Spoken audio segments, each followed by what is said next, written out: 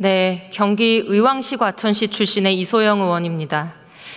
국민들의 삶은 악소리가 나고 있는데 국민들께 죄송하다는 말 한마디 없이 우리나라 국무위원들은 수출도 좋아졌고 물가도 좋아졌고 민생도 좋아졌고 국민들이 체감할 수 없는 달콤한 얘기만 하고 있습니다. 저는 우리가 전혀 다른 세상에 살고 있는 것은 아닌가 이런 생각을 하게 됐습니다. 제가 준비한 질의하겠습니다.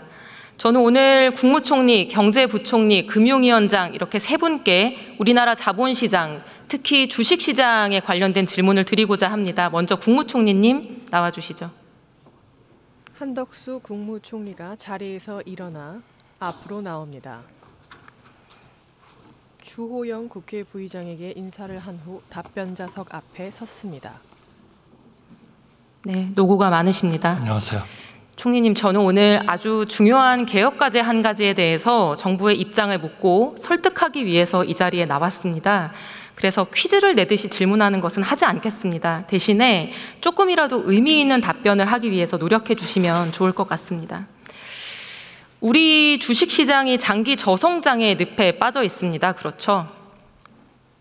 네, 성장 잠재력이 계속 내려가고 있는 게 맞습니다. 네, 세상 모두가 아는 얘기니까 길게 설명하지는 않겠습니다. 우리 코스피 지수가 처음으로 2000선을 넘은 게 2007년입니다. 지금으로부터 17년 전이죠. 지금은 얼마냐? 2500 정도 됩니다.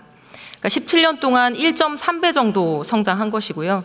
비슷한 기간 동안 일본 니케이 지수는 5배 성장했고 미국 S&P 지수는 6배가 됐습니다. 올해 상승률만 비교해 본다고 하더라도 같은 글로벌 환경에서 S&P나 나스닥은 20% 가까이 상승을 했고 일본과 유럽 시장도 한 10% 정도 되는데 우리 코스피는 불과 0.17%. 코스닥은 지금 전쟁 중인 팔레스타인보다 수익률이 낮다. 어떻게 이럴 수가 있나. 이런 놀라움의 얘기들이 이어지고 있습니다. 다 알고 계신 내용이죠? 좀 장기적으로 보셔도 그런 팔레스타인보다도 못한 그런 실적을 보이나요? 지금 현재 시점 말씀. 주가라는 것은 항상 좀 변동성이 있기 때문에 드리는 말씀입니다. 네, 우리 코스피를 박스피라고 이제 부르는 용어가 있는데요. 17년째 2000대에 갇혀 있는 상황이기 때문에 그렇게 부르고 있습니다. 이렇게 우리 증시가 안 좋다 보니까 많은 부작용이 생깁니다. 첫째, 우리 기업들이 자기 가치를 인정을 못 받습니다. 우리 하이닉스와 미국 마이크론사 딱 두 회사만 비교해 보더라도 두 회사가 경쟁하는 HBM 메모리 시장에서 하이닉스 점유율이 압도적으로 5배, 6배 정도가 높은데 영업이익도 훨씬 크고요. 시가총액은 마이크론이 27%가 더 높습니다. 그래서 마이크론은 하이닉스보다 자금 조달도 훨씬 쉽고 유리하게 할 수가 있습니다. 현대차랑 도요타를 비교해 보더라도 PBR 차이가 엄청 나고요. 다른 기업들도 다 마찬가지입니다. 둘째, 돈이 외국으로 빠져나갑니다. 실제로 올해 상반기 국내 투자자의 외화증권 보유액이 171조 원으로 작년보다 27%가 늘어서 사상 최대치 경신했습니다. 그래서 우리 기업들한테 흘러 들어갔어야 될 돈이 바깥으로 빠져나간 거죠. 경제에 좋은 영향일 리가 없습니다. 세 번째는 국민연금도 덩달아서 가난해지고 있습니다. 우리 국민연금이 14% 정도 160조 원을 국내 주식에 투자하고 있습니다. 근데 지난 3년간 국민연금이 해외 주식에서의 수익률은 12%였는데 국내 주식 수익률은 0.2%에 불과했습니다. 그래서 기금 고갈 우려를 다 같이 하고 있는 상황이고요. 그래서 총리님, 제가 이제 말씀드린 상황들에 대해서 대체로 알고 계실 텐데 우리 주식시장이 이렇게 저평가되는 게 원인이 뭐라고 생각하십니까? 물론 의원님께서 저한테 여쭤보는 이유는 이게 뭔가 구조적인 문제를 좀 얘기해달라 하는 말씀이실 거고요. 최근에 이런 테크 기업에 대한 단기적인 이런 변동성이라든지 또는 지정학적 리스크 이런 것은 아니라고 생각합니다.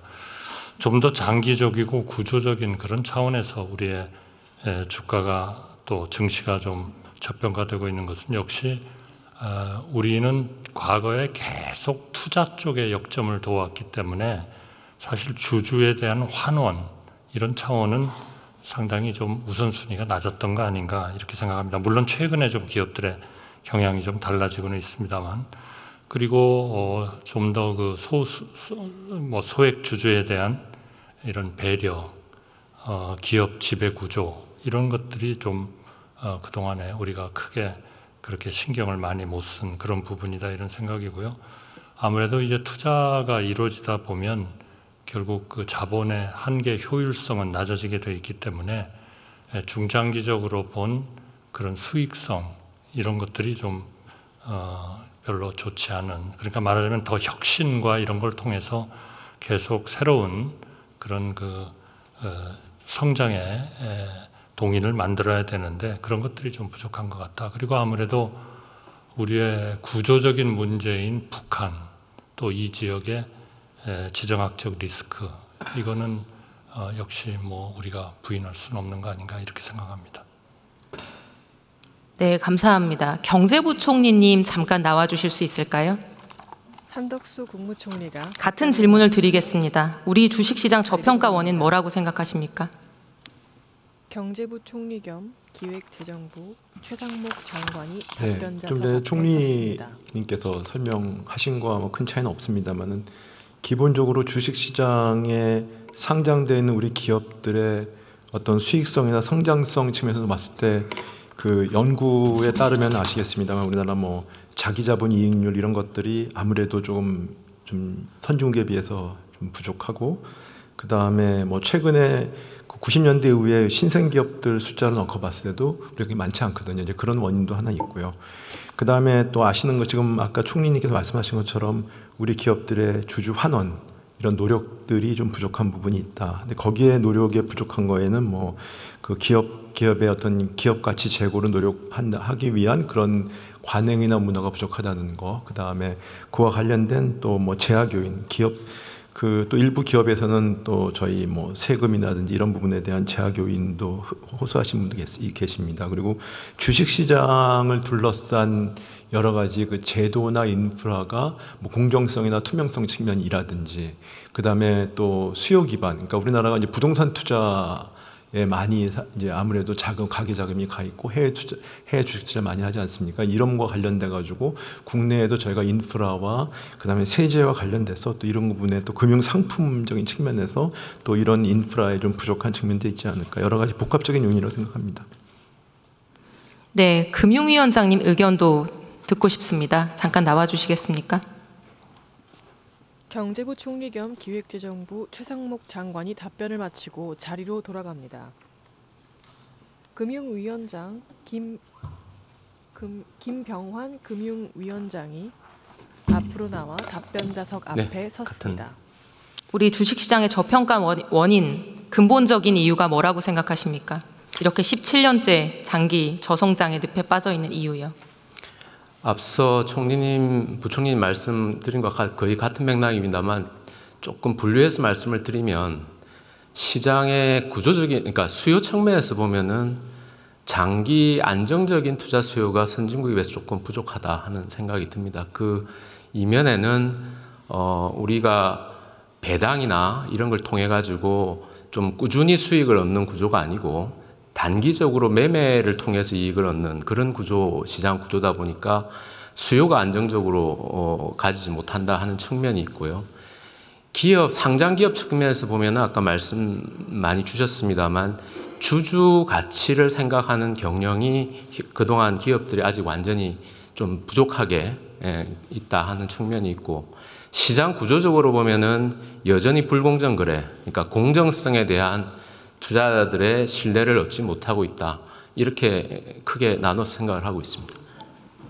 네, 감사합니다. 번거롭게 해드려 죄송합니다만 총리님 다시 나와주시면 감사하겠습니다. 김병환 금융위원장이 답변을 마치고 자리로 돌아갑니다.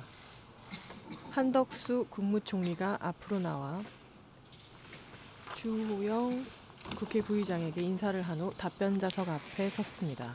네, 세 분 의견 잘 들었습니다.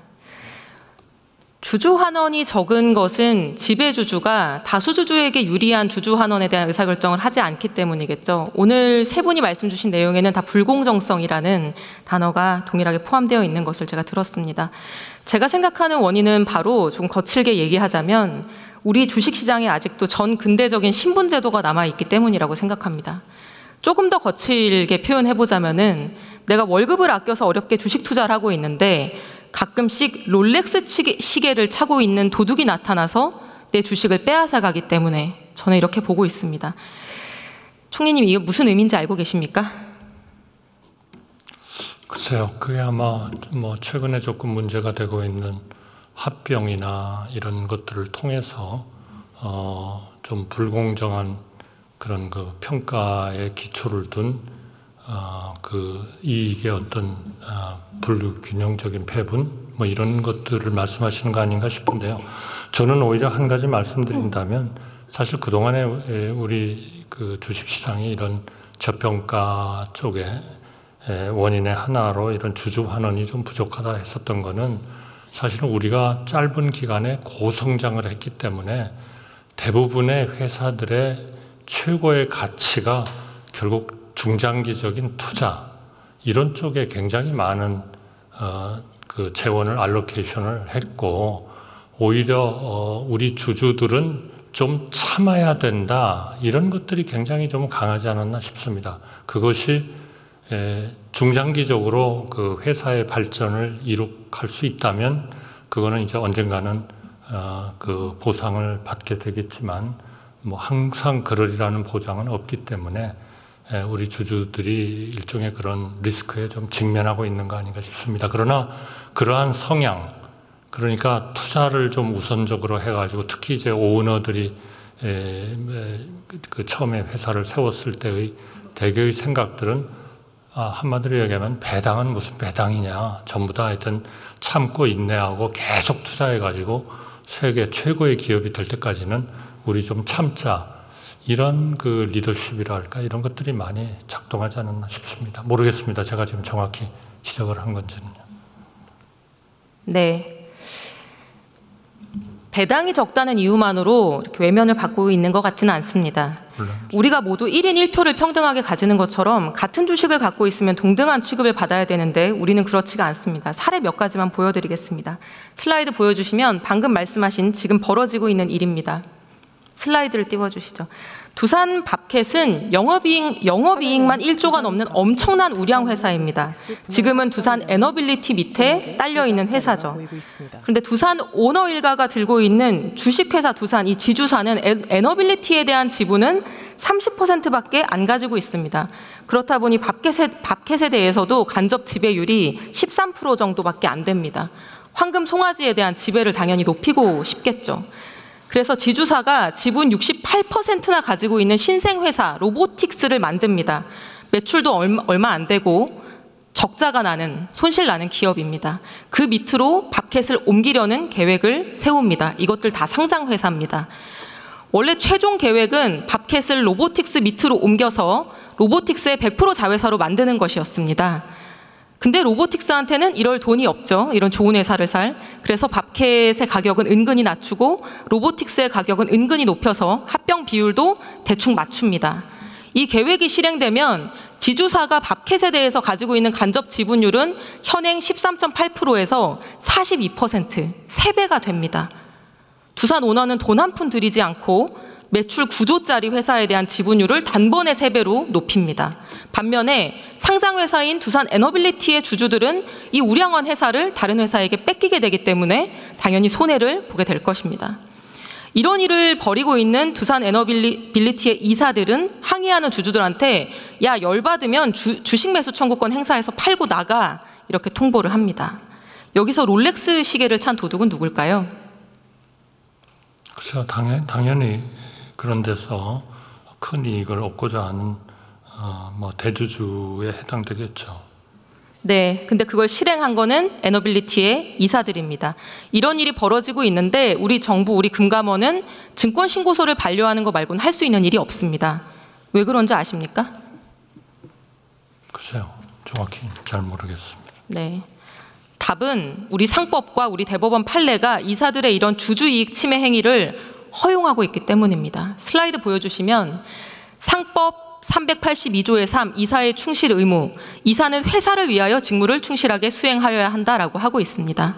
다음 슬라이드. 그런데 2009년 삼성일가 구하기 판결이라고 비판을 받았던 에버랜드 전환사채 사건에 대법원 판결이 등장합니다. 그리고 이렇게 선언합니다.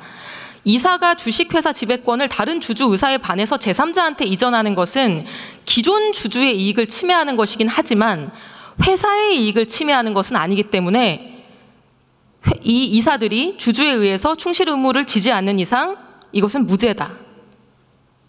우리가 일반적으로 주주와 회사의 이익이 일치할 거라고 생각하지만 이런 사건들에서는 주주의 이익과 회사의 이익이 일치하지 않는 겁니다. 왜냐하면 에버랜드에게는 없던 돈이 전환사채 발행으로 들어온 것이기 때문에 손해가 없지만 주주들에게는 지분이 희석되는 손해가 발생하는 것이죠.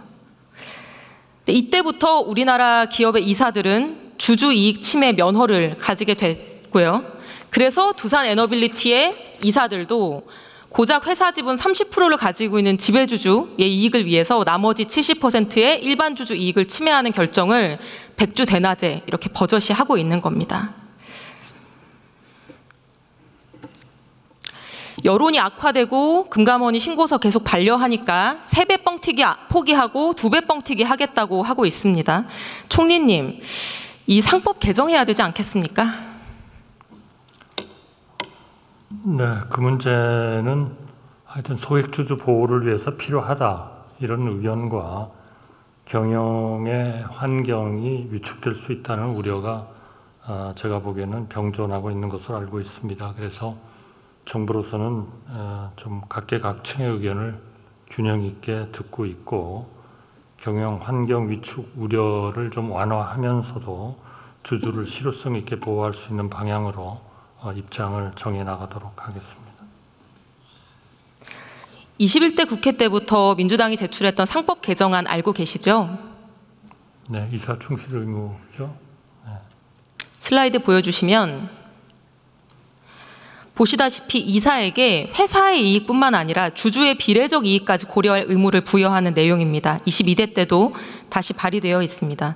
근데 이 상법 개정안에 대한 정부의 입장을 제가 도무지 알기가 어렵습니다. 정부의 입장이 있습니까?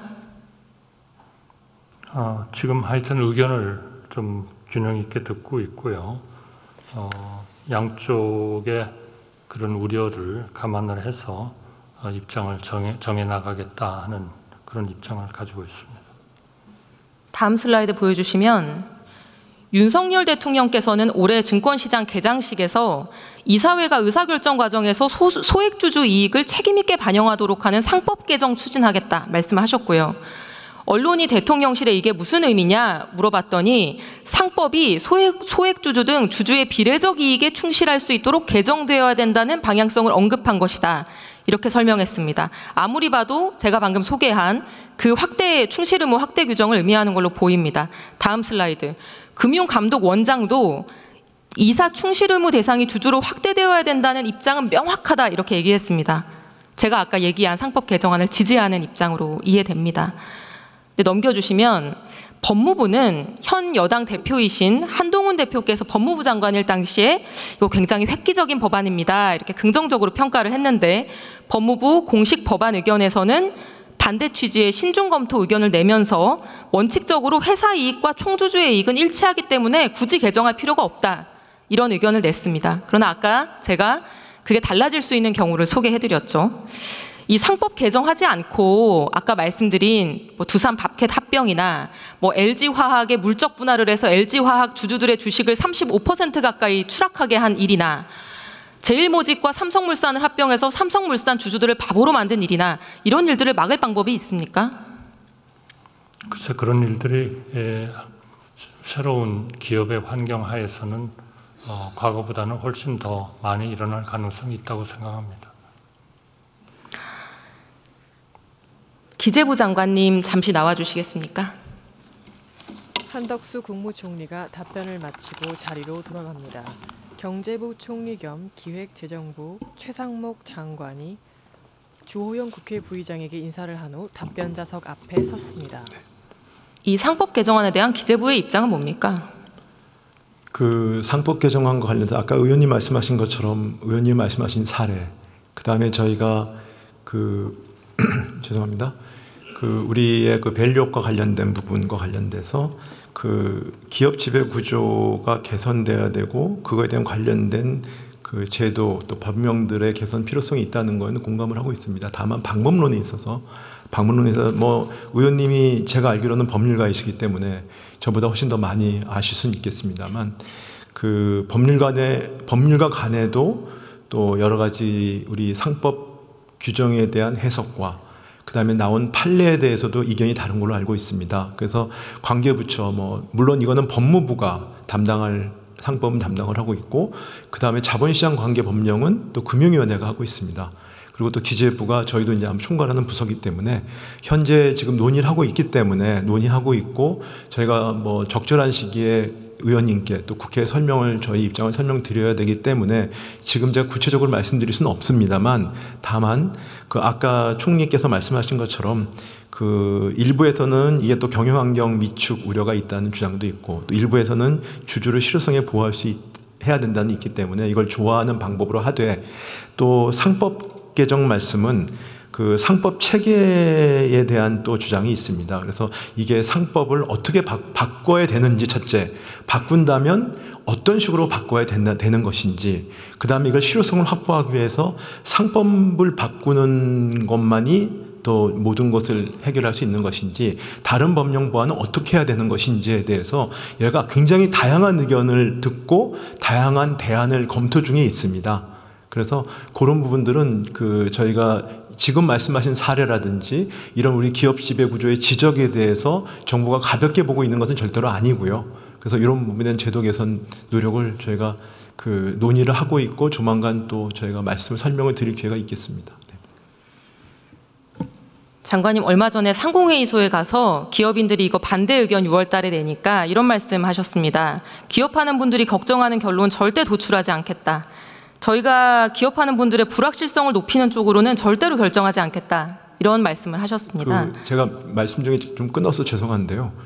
그 말씀은 제가 말씀하신 원문의 전문을 보시지 않으셨기 때문에 좀 그렇게 오해하실 수가 있을 것 같습니다. 그 당시 상황을 설명을 드리면 기업에 계신 분들이 그러니까 왜냐하면 아시겠지만은 요번에 충실 의무와 관련된 지배 구조에 대한 주장이 진짜 A부터 G까지 굉장히 다양하지 않습니까? 근데 다양한데 또 기업들의 경영 판단의 원칙이라든지 하는 부분도 존중해야 될 부분이 있습니다. 그런데 그럼에도 불구하고 그런 걸 고려하지 않은 주장도 일부 있습니다. 그래서 기업에서 오신 분들이 이건 기업 현실을 너무 모른다라고 그 자리에서 기업인들이 있는 모임이었습니다. 거기서 수백 명이 계신 모임에서 제가 답변을 해야 되는데 정부의 역할은 그런 주장은 양극단이 있는데 양극단이 있는 분들이 논의를 하다 보면 접점이 생깁니다.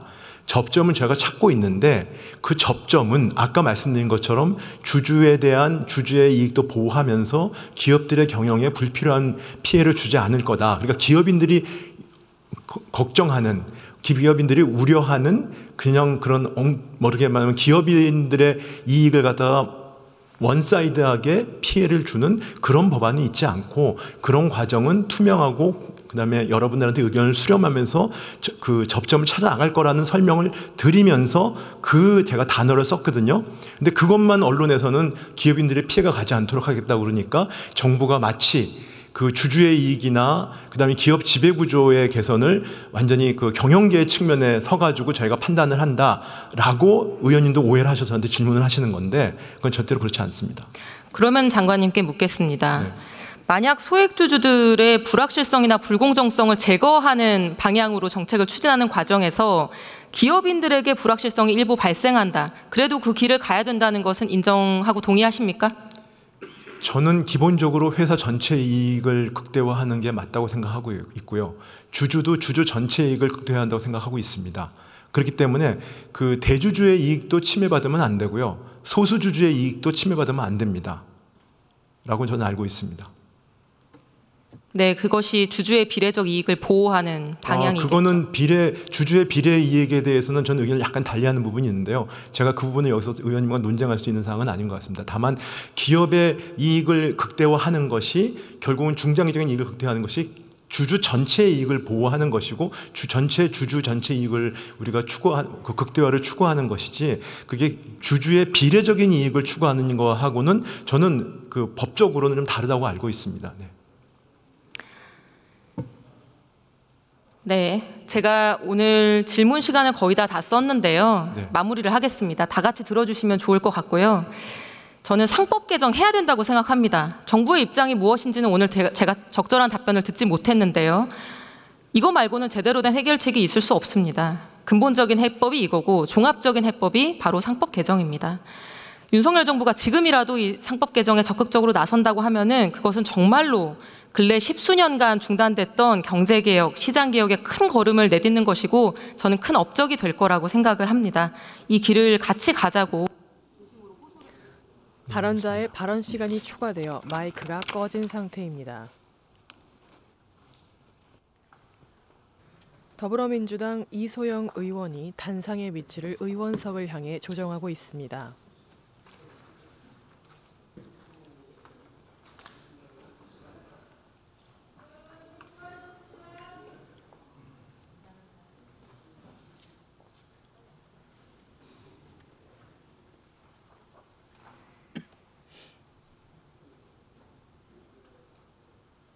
더불어민주당